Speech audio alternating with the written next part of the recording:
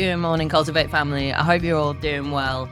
Today's episode is with the wonderful Vera Schofield, or someone you might know as Flex with Vera if you follow them on Instagram. Vera is the most awesome flexibility coach, and we had an awesome chat today about Vera's introduction to fitness, how they signed up to Weight Watchers when they were super young, and the negative impact that had on their food relationship and their exercise relationship, but eventually moving to a point where she found love in movement, free from diet culture. And once again, someone I wanted to bring on for ages, just because I really related to her story, and I know lots of you will as well. So let's dive in straight away. This is Vera on the Cultivate podcast.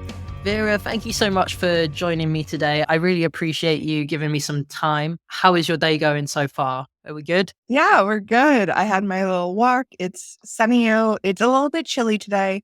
I think it's only like 5 degrees. And usually it's a little bit warmer this time of year in Toronto, but it's nice out. I went for a walk. I had my little breakfast bagel, so I'm doing good. How are you? Oh, hell yeah. Yeah, I'm good, thank you. What's your bagel of choice? Ooh, there's a Costco near me and I always get, it's a jalapeno mozzarella bagel. That sounds delicious. So I always get that, and I have it like with some eggs, some cheese, and some hot peppers. Oh, hell yeah. That sounds amazing. 5 degrees, is that Celsius or Fahrenheit? Celsius, yeah, I don't know. I was like, Baltic. I mean, it's still pretty cold, to be fair. We've never actually met. I can't remember how I stumbled across your profile, but either way, I have loved following you, and you kindly agreed to come and have a chat with me. Can you tell me a bit about what you do? So I'm a flexibility coach and a personal trainer. I only teach online. Well, I do teach a little in person now, but I mostly teach online. I started during the pandemic, like right in 2020. I actually wanted to become a pole dance instructor before all this, Nice. but it kind of, the way the river flows, I ended up becoming a flexibility coach instead. So I just really teach people how to feel good in their bodies and rediscover movement. Amazing. And what was your journey into fitness like? You mentioned that growing up you had like a hard time kind of enjoying it. How was movement introduced to you when you were younger? Oh my God. It was definitely in gym class. And it was like, you're just going to run laps. You're just going to go yeah. around the school over. Yeah, it was not fun. I was always the fat kid growing up. Of course, dealing with the fat phobia and like the bullying and all that. But in gym class especially, it was very, oh, well, you can't do that. You're the last to be picked. You're the slowest one, et cetera, et cetera. The one, we know how that kind of goes. Oh, yeah. So obviously I had a rough beginning when it came to fitness. And to the point of, I did try a lot of different things where I'm like, I'm going to get into volleyball or basketball. And then I was in a small school and I was the only one cut from the team. And I'm like, ooh, great for myself. This is really love this. So basically, it just kept going like that. I kept trying to enjoy it. And to the point, I started going to the gym. I was maybe in grade 7. So I was about 12, 13. I got a personal trainer and I actually really enjoyed strength training then. But of course it was, I need to lose these back rolls because I want a tattoo kind of situation. And I would do Zumba classes and cycling classes and I found joy in them. But of course it was overshadowed by this need to lose weight. And so basically by the time I moved out, I stopped going to that gym and I would go to the gym in my apartment building in downtown Toronto. And it was the same idea where I'm like, I'm going to work out and I'm going to lose weight. And it's going to keep going like that. And just to also add, in the past, when I was about, I want to say 11 years old or 12 years old, my mom signed me up for Weight Watchers. So that, of course, had its own effect on me, where I was constantly tracking, my weight and what I ate and everything. So generally very toxic environment when it came to my fitness and health the whole time growing up. And that was very instilled in me until I was about 25, kind of from the ages, I would say 20 to 25, 26. I didn't really work out much. Like I'd go every once and again, but it was very like, I'm not losing weight from doing this. I have an eating disorder now. Like, what's the purpose? Like, I don't see the point of doing this anymore. I don't get any joy out of it. There's nothing there for me. And I came across Raw Sadiva online, like in a video. And Raw Sadiva, for those who don't know, are a plus size pole dancer in New York. a sweetheart. I've met her a bunch of times now. Sweetest person I've ever met. But I saw her online and I was thinking, I'm like, whoa, I could do that? Like, there's someone my size doing that? And I was shaken to the core. And then I never thought about it again. I was like, oh, whatever, not for me still. And so at that time, I actually turned to waist training as a form of weight loss. And waist training is wearing a steel bone corset, and you do wear it for long periods of time. And if you're wearing it correctly, it's all good and nice. But I was not wearing it correctly. I tied it wrong all the time, and I wore it 10 hours a day. And on top of that, they don't tell you you're supposed to work out your core muscles when you're not wearing it, because your core muscles and everything are, they're just hanging out. They're not doing anything when you're wearing it for so long. So my back started hurting. And I was like, this is weird. I'm just going to keep wearing the corset because it doesn't hurt my back as much. But when I take it off, it was pain. It was always pain. And it got to the point where I couldn't even move. I basically would crawl to the bathroom kind of situation. Like, it was bad, bad. I went to the ER because I was like, I don't know what's happening. And they were like, you have back pain. Congrats. I was like, okay, thank you. Love the healthcare here. Not helpful. And they sent me on my way. Yeah. Oh, it was a time. 2 days later, my appendix burst. Oh, man. So I was back in that same ER. And that was its own little experience. But basically, after that, I started the healing process. But again, no one told me that it was my core muscles that atrophied so badly that's why my back pain was hurting. I couldn't stand up. I couldn't sit. I couldn't do anything. No one told me that.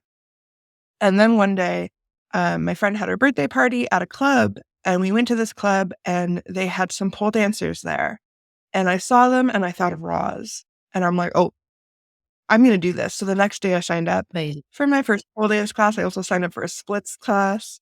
And it was so much fun. There was still a lot of hesitation. And of course, at first, because I was still in diet culture then, it was very, oh, well, I'm going to do this and lose weight. But thankfully, like, over the time of, being in this space, that was very positive to all body size and abilities, but also having to stare at yourself in a mirror for the entire class, doing something that is considered more sexy. It definitely instilled like a love for my body and how it moves. And from that, I was able to slowly like break away from that diet culture. And that was the same time the body positivity movement was really gaining traction. So I could really move away from that and say, oh no, like, I'm okay being this size, like, as long as I'm healthy. And because of that pole dancing, it really found a joy in movement again for me. And I could go back to strength training, and I found a lot of joy in that, and feeling my muscles becoming stronger and my core muscles stronger. And especially with the flexibility training, I could feel my back pain dissipate. And like, I won't ever say like flexibility will cure pain in any way specifically, like fully, but it definitely lessened the pain dramatically, which I'm so grateful for. And that's kind of how I started teaching, was because of that gratefulness to fitness, that I wanted to bring that to other, especially plus size people who have had similar experiences to me of diet culture and that toxic fitness of like, you're just going to keep running laps and you're picked last kind of situation. Yeah, I really relate to what you said about that in like school. It was the same for me. Terrible PE teacher as well. I don't know how they got away with saying so many things that they did. I've had this conversation many times on the podcast, but my PE teacher was awful. Going back to you mentioning that you were put on Weight Watchers as an 11-year-old. Unfortunately, Weight Watchers exist everywhere, even after their terrible attempt at a rebrand to WW. Do you remember much about that experience? Yeah, so it's interesting. So my mom went before me, and I saw her doing it. And of course, being a child watching their mother do this, I'm like, well, I want to do it too. So she would give me the books and stuff and was like, are you sure you want to do it? And I'm like, yeah, I do. I actually pushed myself into it, really, in a sense. But we went to the group meetings, and at first I was like very inspired, of course, to be like, yeah, we're just tracking points. And like, the books were all colorful, and being a child, I'm like, heck yeah, I love some bright colored things. Yeah, it was definitely surreal to think about, because it got to a point where I wasn't losing weight ever. I was still gaining weight. and you would skip breakfast. You would wear as little clothing as possible, and you would just be in this lineup of other people just getting weighed in front of each other. And it was so weird because then, of course, like that person would read you back the weight and either say, great job or try again next time. But when you kept going up, which was my situation, the try again next time kind of shimmied to, oh, you'll get back on it when you can. Just Mm. keep like doing your best. And maybe if you want to like get some extra support, you can go like talk to this person or go to this group meeting instead with this leader. It felt very heavy in my heart, I remember, because I went to it for maybe I say 3-4 years because I was early high school when I stopped that. There's certain things I always remember. And I remember the leader of this Weight Watchers group, she always said, if you were to stand up tall and you look down, as long as you can see your toes, you're not too fat. And that still is always in my mind. And of course, I look down, and I don't see my toes. And I'm like, that person would be so disappointed in me. I'm like, why do I care? This random lady would think.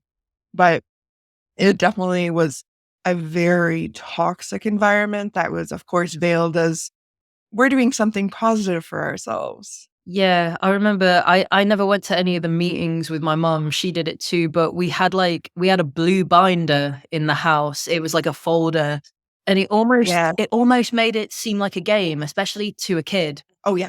And 100%. like because all the food had like the numbers on, I think I almost had the same almost fascination with it as you did in the beginning, to an extent where you Yeah. like saw this cool thing. I say this cool thing. Yeah. You saw something that your parent was doing and was just like, I want to do that too.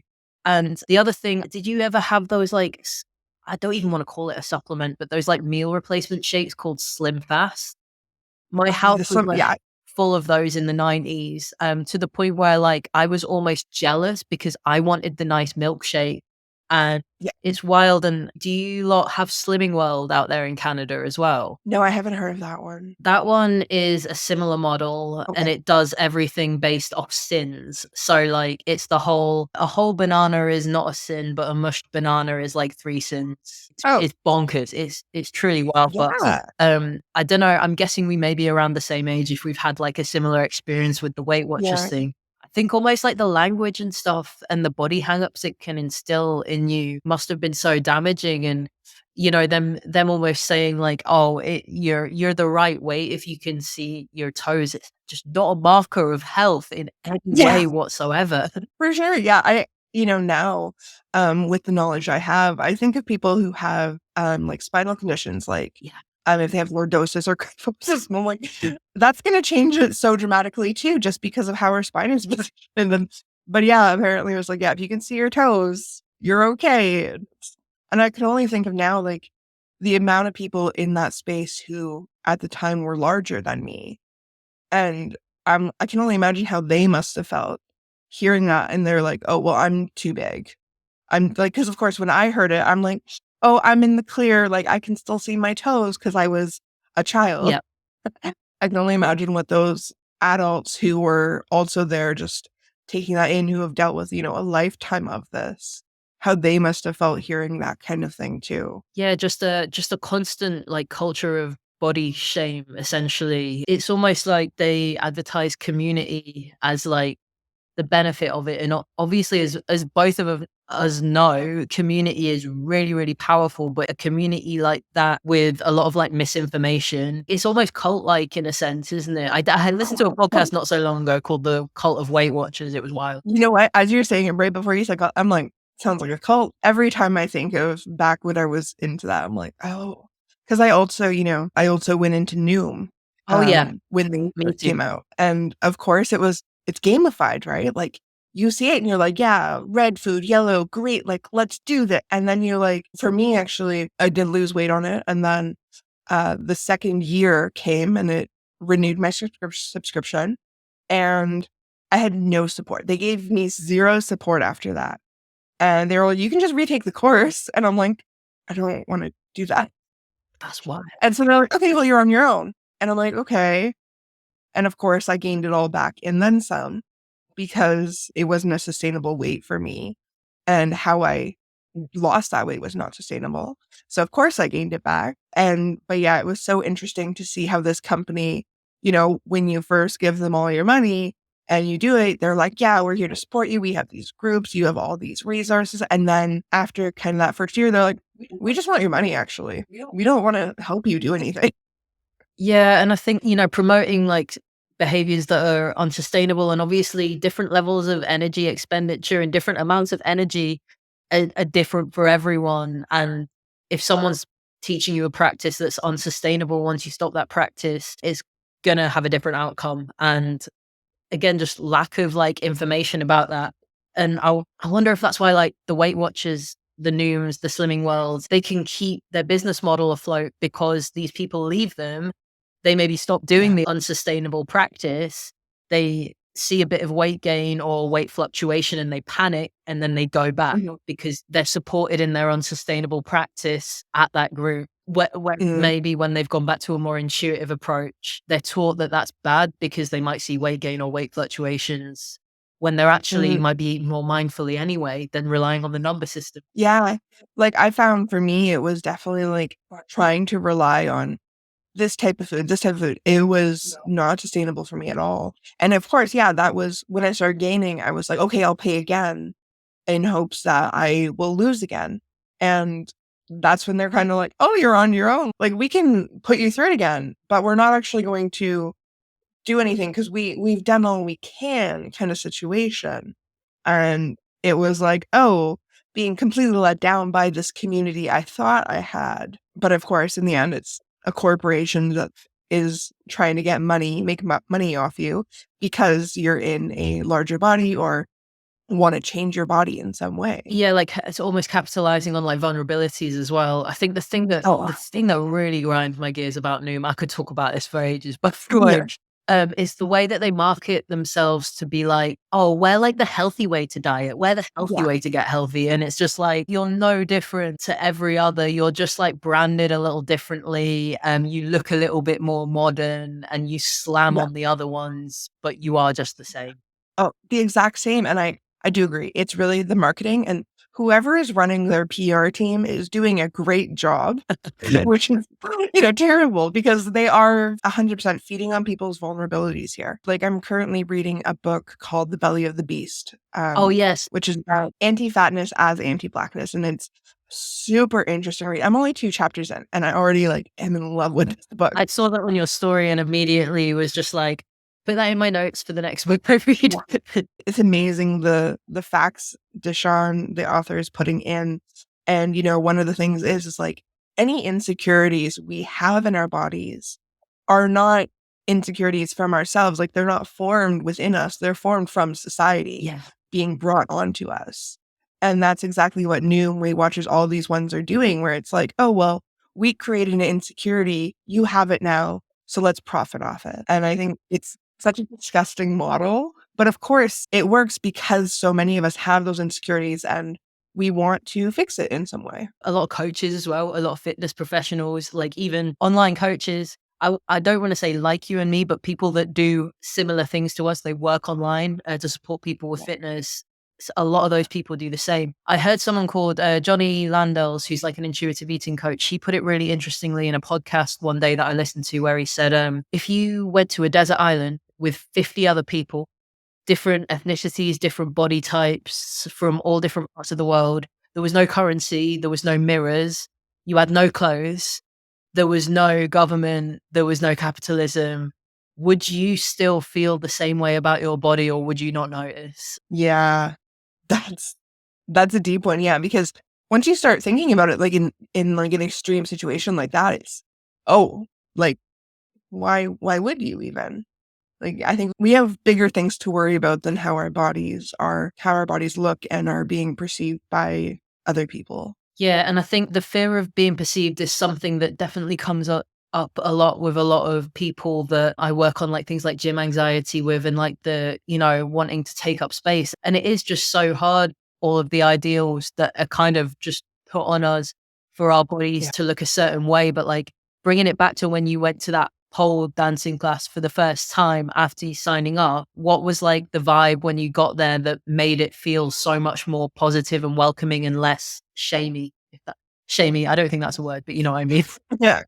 I can't really pinpoint exactly what it was. It was helpful that there were different body Yeah. types in that class. Yeah, I was the biggest person there, but there were also people who were not super, super skinny. And there were people who were super skinny, but everyone was kind of just like vibing along among themselves. And because it was a beginner class, everyone was kind of starting at the same point.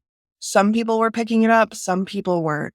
And I think that's where I found it very helpful, was because I could look over and, someone who was so much smaller than me was also struggling the exact same as me. I was like, okay, well, it's not just my size then. Like, Yeah. we don't understand the technique yet, or we don't know how to engage the proper muscles for this yet. And then, overdoing this, like I did go like maybe 3 times a week. I started doing this, and there were other plus size people I would see in these classes, and some of them would be doing like amazing things, or some of them would be beginners as well as me. And so kind of seeing my body being represented in these spaces, while not as instructors, which I think was one of the issues I started having after a while, but seeing other people in these classes that look like me was definitely one of the game changers. Because when I was younger and I went to the gym, when I went to these Zumba and cycling and all these different step classes, I was always the biggest one, and I was the only big one. Everyone else was very much smaller than me. And of course, with the shame that kind of comes with fat phobia and being in a bigger body, you want to automatically kind of like close off and go to the back of the room. But these pole dance classes, the way they were set up, where at that studio, at least, it was 2 rows and it was just one long giant mirror in front of you.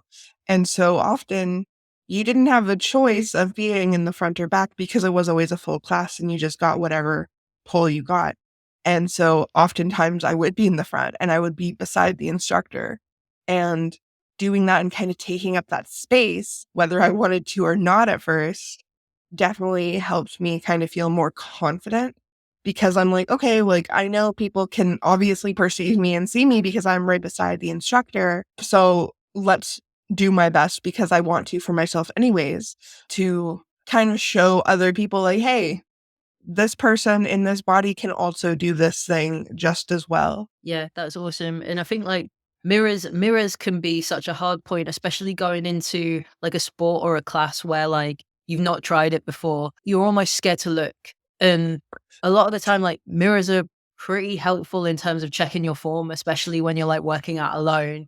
But Yeah. perceiving yourself in them can be really tough. And Yeah. when you were at the front of that class, like the first few times, how did like your relationship with that mirror evolve? I definitely think, at first I was very like, let's not look. But of course, you're, only a couple of feet away from this mirror. You're bound to. What I really enjoyed about it was because pole dance, especially these beginner classes, have these very beautiful lines you're forming with your body.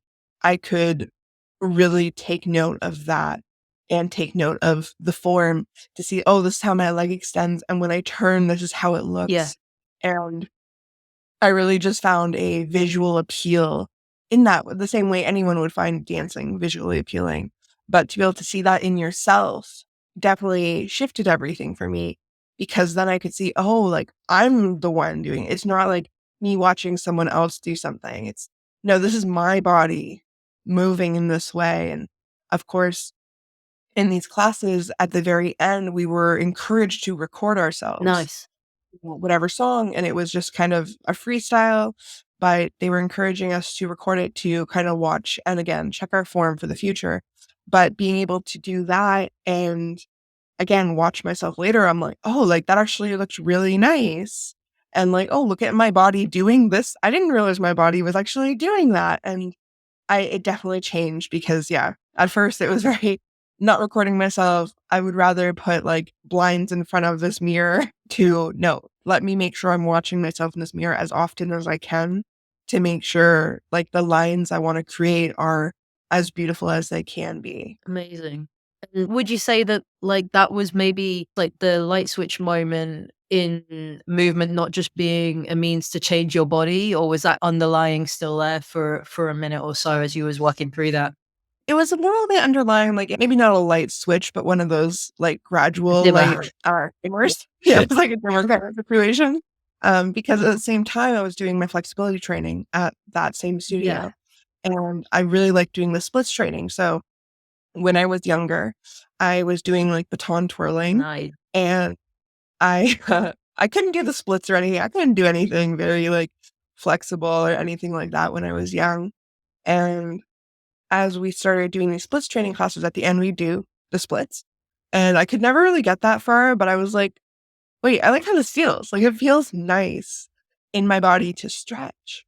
And I think it was one of the days when I first got that flat split. And again, I was the biggest person in the class. No one else had their split, not even the instructor, except for me. I was like, Hell yeah. exactly. I was so elated. I was Amazing. so happy. And I think that's kind of when that dimmer switch kind of hit its peak, because I was like, oh, like, I'm doing it. It's off. And I, yeah, Pitch black. I was like, I can celebrate. Let's go. I'm always gonna think of that dimmer switch analogy forever now. I've never Yeah. thought of it that way, and it's just made my mind blow a little bit, I suppose. Like, because you can't just switch off diet culture or intrusive thoughts because we live in it, and it's really hard. Yeah. But thinking of it as a dimmer switch and you slowly sort of filter out the noise, like, Yeah. oh yeah, chef's kiss. Love that Yeah. analogy. I was gonna say, like, on that, I think it's also important to remember, like, because we live in a society that is so, like, these thoughts are constantly being bombarded at us. Sometimes that dimmer switch does kind of, it shifts back a little bit. Sometimes, like, we all have those days where it's like, oh, we're not having that great body image day, or, the ads we're seeing online are very, like, aggressive. And sometimes, yeah, that dimmer switch kind of goes back a little bit, but we know at least it's a dimmer switch. We can bring it back to kind of that place we want it to Yeah, be. and I suppose like building the self-awareness of when you're at the point where you've maybe been bombarded with a bunch of stuff that doesn't make you feel good in your body, like actually being able to recognize that and being like, this happened and then I saw this, and that all of those feelings maybe contributed to me not feeling good or worthwhile in my body. So now where is my toolkit for all the things that do make me feel good, like pole or splits training and stuff? Wow. For sure. So getting into like the flexibility and the mobility stuff, tell me, for anyone that is unsure, what is like the main difference between like flexibility work and mobility work? Because they are very finely intertwined and talked about almost like they're the same thing, and it's not always clear. You know what? My favorite thing is I don't believe mobility training is a thing, because when we think about it, flexibility is the matter of stretching our muscles and mobilizing the muscle. Yes. But mobility is utilizing the joint. And we can't do one without the other. So if we're doing mobility training, we're still in the end doing flexibility training. There's people who will call themselves mobility trainers, but I don't really believe that's correct, because again, yeah, if we're working our joints, we're working our muscles. So in the end, it's still flexibility training. I like to think mobility is one of those like keywords, like a buzzword It in the absolutely is, fitness isn't it? community. Yeah, so I get it, and like I still use it too sometimes because it is a buzzword. But it's just that, like anytime we're doing flexibility training, we are utilizing the joint in some way, unless it is a passive, passive active stretch where we're not moving. Then yes, the joint is unmoving. By any type of dynamic movement, which is commonly considered mobility training, where we're doing a leg swing or hip circles, shoulder circles, things like that, then yes, we are mobilizing the joint. So it is mobility training, but we're also using all the muscles surrounding that joint, which is flexibility training. Yeah, and I suppose to achieve like certain ranges of motions, strength Yeah. and flexibility all come into play. The one thing I find a lot, especially with among like gym bros, those fitness professionals who kind of lean on a little bit more of a toxic mindset, Yeah. I would say, they don't believe in flexibility training, which I think is very interesting, because we need flexibility to do any type of strength training. The best example I always think of is a squat. if we want to go into a deep squat with those weights, we need that flexibility in our glutes, in our hamstrings to be able to go deeper. If we don't have that, we're not going to go that deep, and then we can't work on our strength in a full range of motion. We need to be able to find strength in every range of motion we can reach. So it always boggles my mind when some people I hear say like, oh, flexibility is important. You don't need to stretch. And I'm like, well, if your muscles are contracting constantly, when are you letting them expand and stretch out? Yeah, those are probably all the same people that talk about having the really lengthened, stretched positions in like a lat pull down or like a Yeah. bench press. They're like, yeah, really, really get the lats in the lengthened, stretched position. Yeah, because, even like, I'm thinking like basic training. When I did my personal trainer program, even that, it's like you learn it's like the agonist and antagonist. Yeah. Like one is always lengthening when the other is contracting. You are still stretching some form of muscle when you are strengthening. Yeah, I see that a lot where people say like, oh, you don't need to do that. I'm like, but if you remember your basic training when you first got into fitness, this is a very common thing of like, this is a fact that the one muscle is always expanding, extending if the other is contracting. Yeah, and I wonder if that just comes from like that bro gym culture of like, warm up won't be a warm up, it will be warm up set. Like Yeah. straight into like bodybuilding vibes. And I suppose when you get into that bodybuilder world and like there's a weird line between like people that do bodybuilding workouts and people that are bodybuilders, and they are just absolutely not the same. But none of that culture ever talks about flexibility because in the bodybuilding and physique world, like that's not their end goal. So why would they Yeah. talk about it? But it might still be important, and behind closed doors, they still may be doing it. It's just Yeah. not talked about. So I think it's really easy for people to be like, oh yeah, you don't need to do that. Yeah, don't bother. Yeah. And then of course, like those are the same people who can't touch their toes. Yeah. Because they have no hamstring flexibility. It's a very odd kind of thing I see. I will say there are people coming up more who are kind of talking back against that, who are especially in like the bodybuilding community. Like I always think of, his name is Lucas. He's actually in Canada, but I believe his Instagram, I think, is Range of Strength. Oh yeah. And he does major strength training and that kind of stuff, but then he'll do it in a full range of motion. And I think that's the best way to work on any type of strength training, is to be able to do it in every range of motion. Like you don't want to, it's the same with flexibility. Like you don't want to work on your flexibility just at the end range. You want to work at it in that mid range and all across. Like it's a spectrum. Same with even like I think of a bicep curl.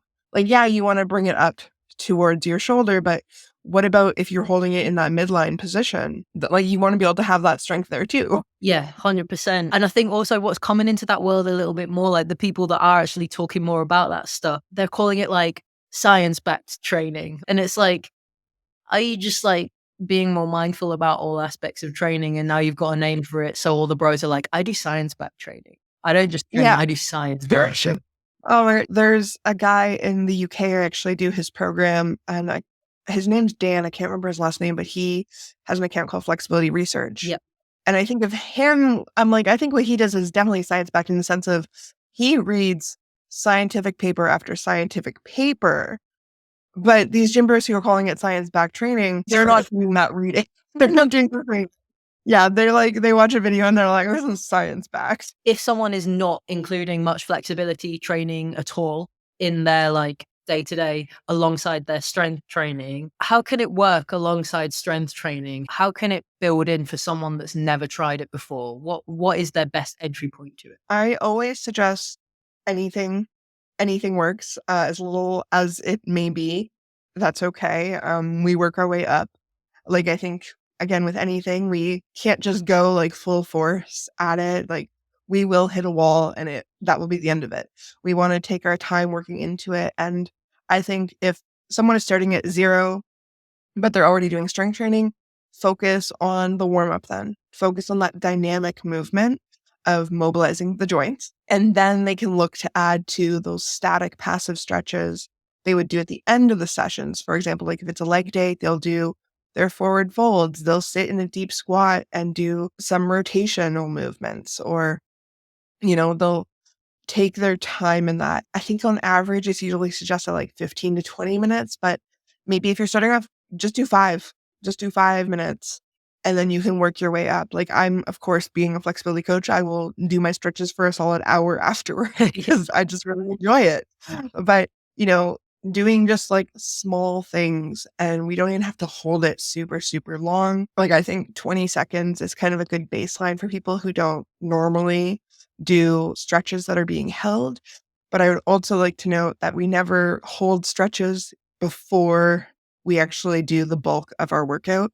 We always leave that to the very end. So dynamic movements like hip circles, shoulder, arm circles, things like that, those would be at the beginning because we are warming up the body, preparing it for what's to come.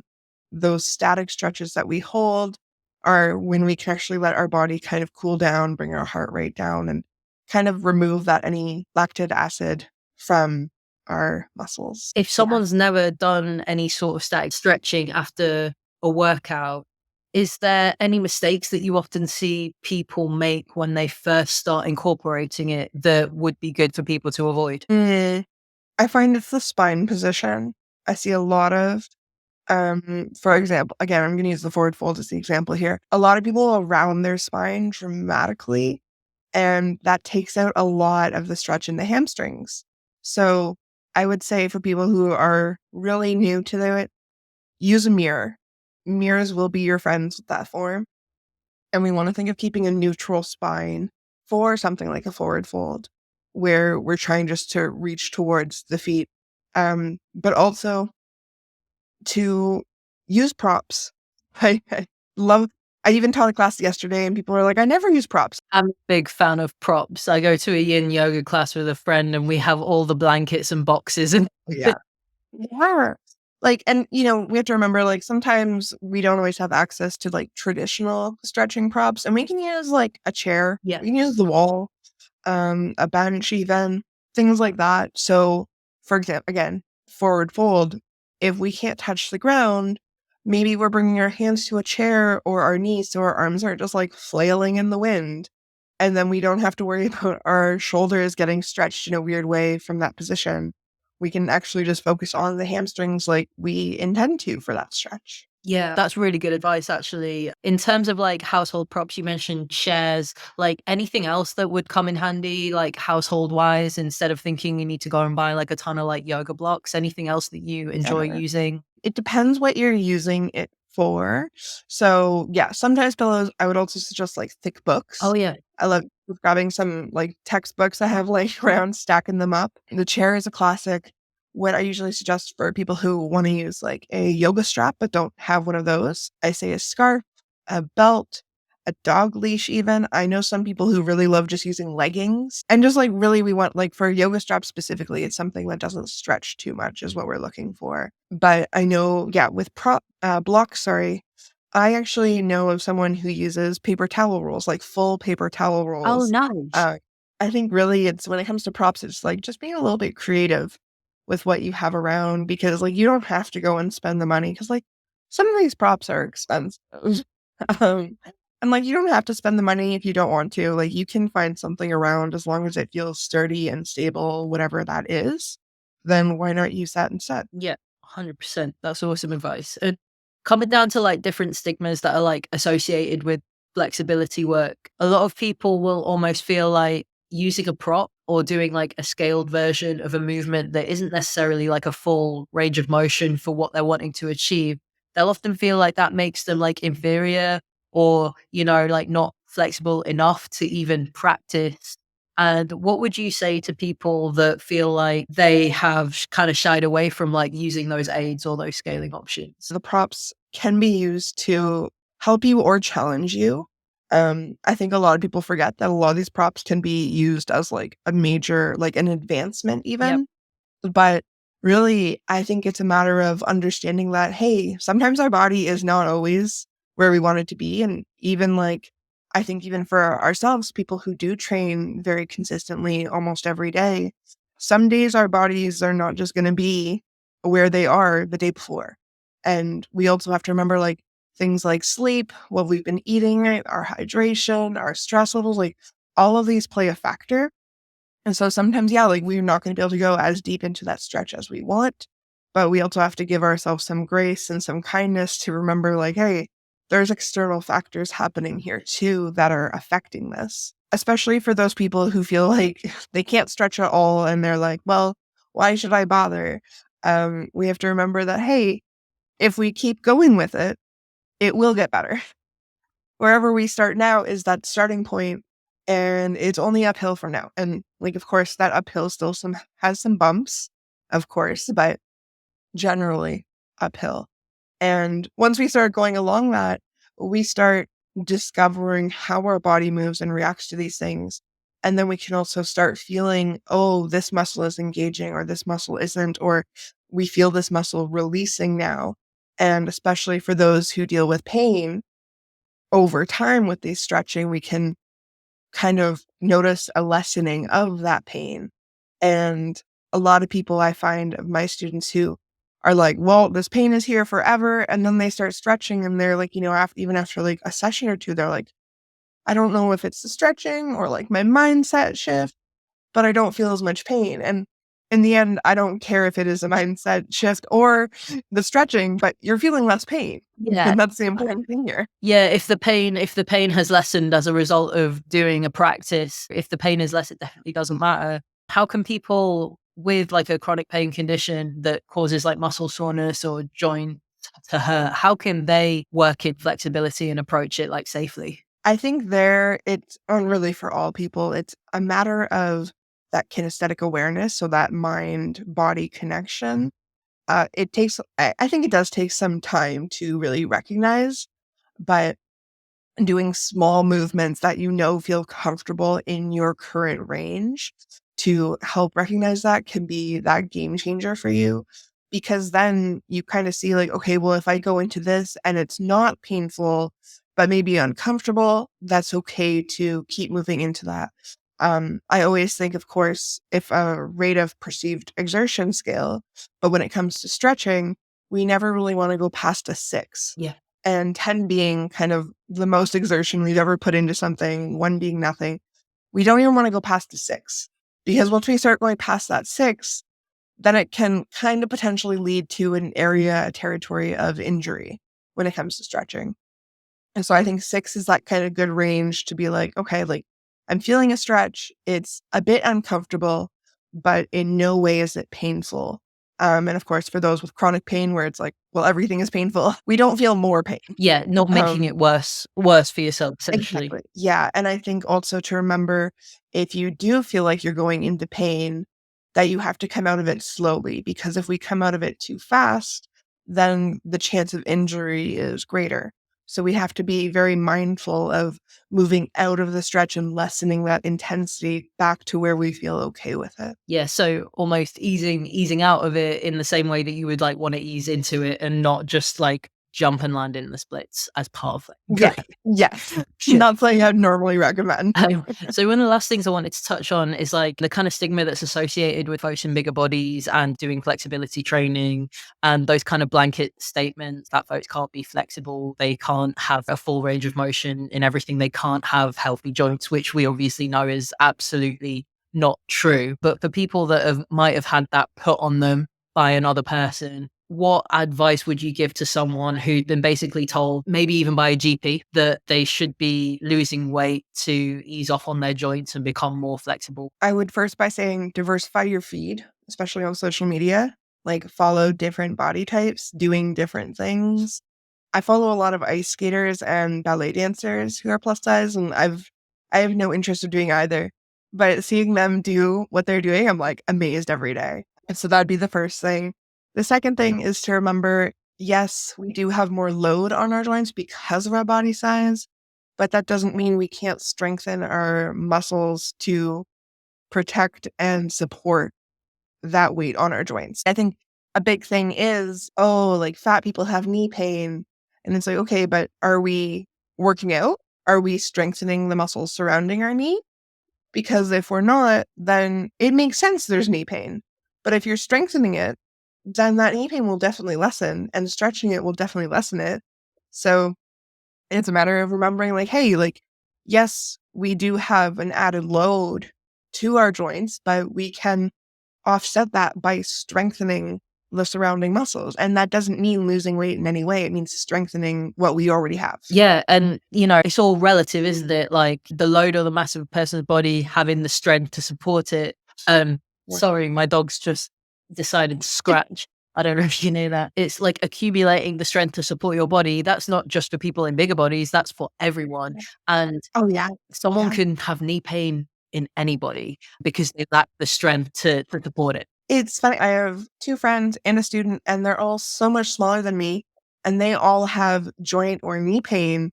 And I look at all of them and I'm like, well, you're not really strengthening those areas of the joint. And they're like, no, we're not. And I'm like, well, That's why. maybe that's why.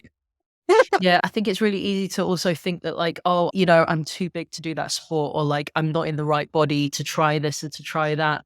And I think like the one thing that I've learned from years of training is that like strength is buildable and it's literally all relative. If there's a hard thing that you want to do with your body, the strength to back it up can be built. And I'm guessing it's very similar with flexibility as well, like the right amount of flexibility to do the thing you want to do, like the front splits, the strength and the flexibility to do that unrelated to body size. Yeah, 100%. I also hear a lot of people saying, oh, I used to be so strong, or I used to be so flexible, and now I'm not. And they get defeated. But then I have to remind them, like, you're going to gain that strength and flexibility faster the second time around because you have that muscle memory built in. Like, it may take some time to bring it back, but it will take less time than it did the first time around. Yeah. Having the evidence that you've done it before is a pretty powerful like mindset tool to then doing it again.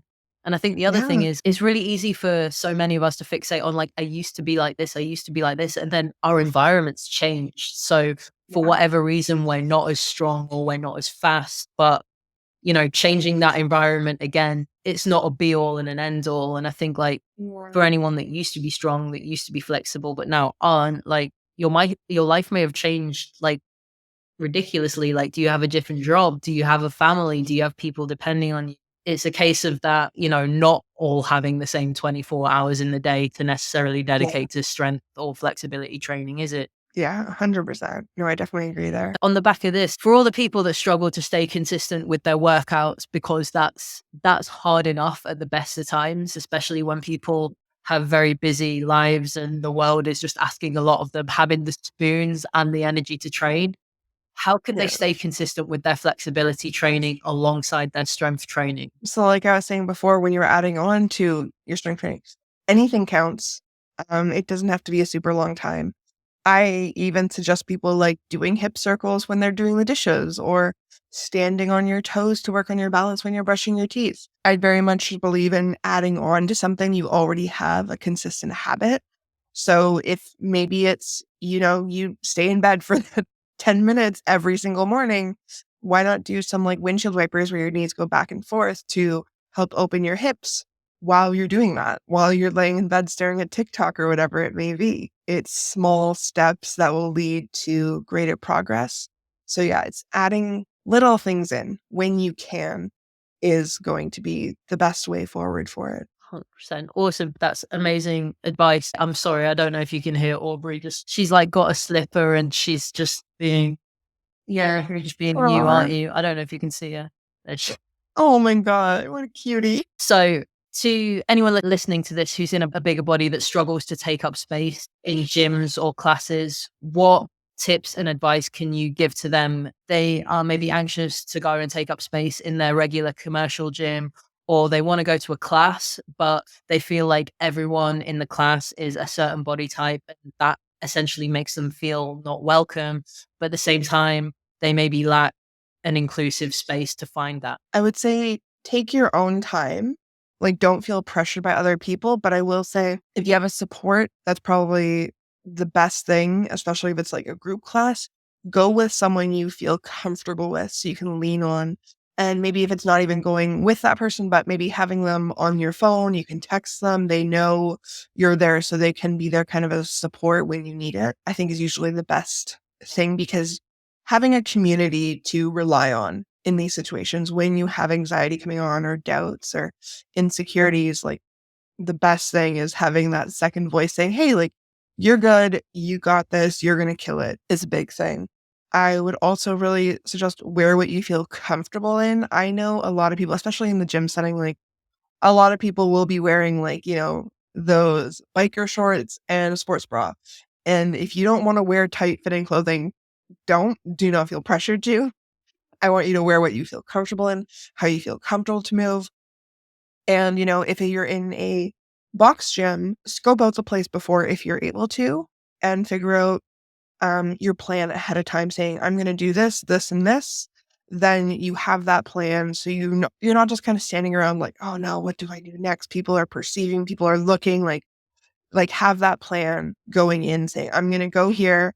I'm going to go here next. I'm going to finish off here. So you have kind of those places of like, bam, bam, bam. You have those rules, those parameters that can help support you. You can lean on, and even maybe having a backup plan if maybe a machine is being used at that time. Like, okay, this isn't happening. I'm going to go here instead. So again, you're not kind of in that mode of that anxiety of like, now what? Now what? People are looking. I'm just standing around. You have that solid plan of like, this is what's going on next. I'm going to go straight here. I have my music playing. I'm zoning out what's happening around me, and I can just get in my workout. Hell yeah. Awesome. Who are some of your favorite people to follow at the moment? I'm going to put them in the show notes. One of my good friends, Damali Frazier, is a size inclusive kettlebell coach in Toronto as well. I follow them. I also have a lot of love for Latoya. IML Shantae on Instagram. She's in New York as a plus size runner. Great inspiration to me and just a sweetheart. And I'd also say Kanoa Green, who does a lot of she does a lot of surfing, which is something I always think, I'm like, I can't do that. And then I see Kanoa doing it and I'm like, oh, never mind, I can do that if I wanted to.